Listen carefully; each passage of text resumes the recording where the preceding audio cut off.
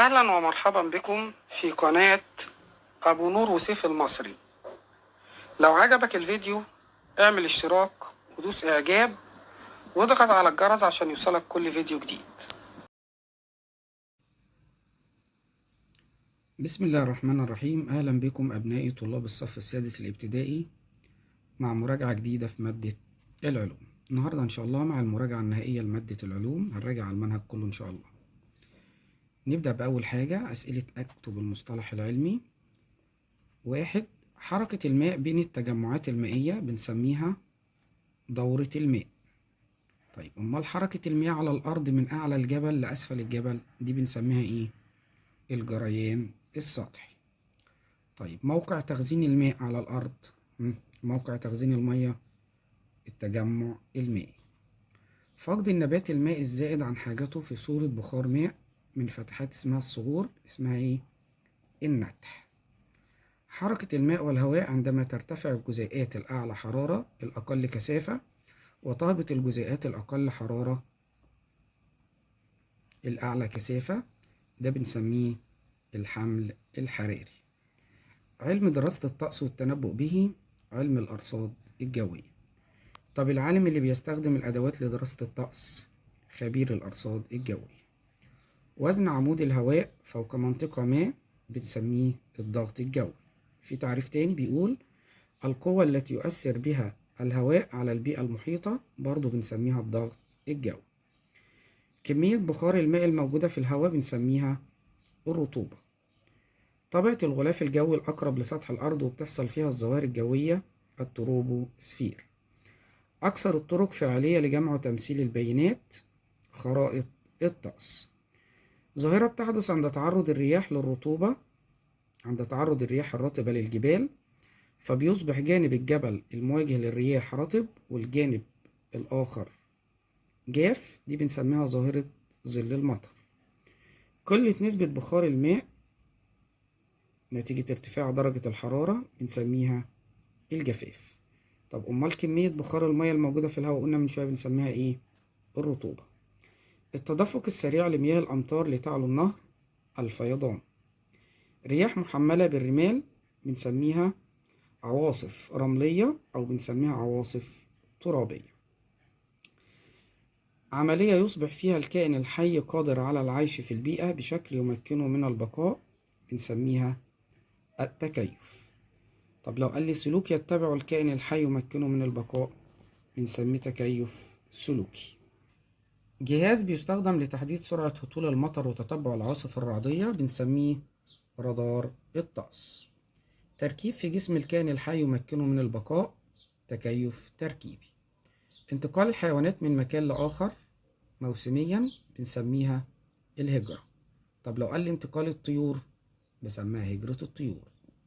منطقة طبيعية يحدث فيها تفاعل بين العوامل الحيوية والعوامل اللا حيوية النظام البيئي. قشرة الأرض الرقيقة المفككة التي تغطي سطح الأرض بنسميها القشرة الأرضية اللي احنا بنسميها التربة. يبقى قشرة الأرض الرقيقة المفككة اللي بتغطي سطح الأرض بنسميها التربة. وحدة بناء الصخور المعادن. طب عملية تفتيت الصخور بفعل الرياح والأمطار التجوية. أما نقل الصخور المفتتة من مكان لآخر التعرية. يبقى نقل بنسميها تعرية، لكن الأولانية تفتيت بنسميها تجوية. مادة عضوية غنية بالمغذيات المعدنية والمعادن بتنتج من تحلل الكائنات الحية بنسميها الذبال. منظفات بيئية بتحلل الكائنات الميتة بنسميها المحللات أو بنسميها الكائنات المحللة. طب الفراغات الموجودة بين جزيئات التربة وبتتملي بالمية والهواء مسام التربة. تدهور التربة في منطقة قاحلة جافة وتحولها إلى صحراء بنسميها التصحر. نقل التربة من مكان لآخر بواسطة عوامل طبيعية، قلنا نقل يبقى مين؟ التعرية.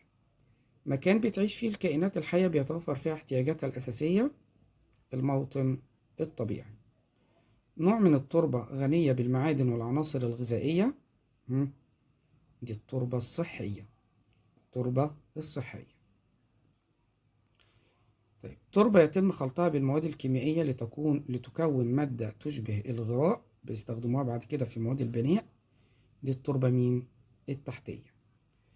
طيب أنواع جديدة من الكائنات بتجلب لمنطقة ما، بتسبب طبعا خلل في التوازن البيئي.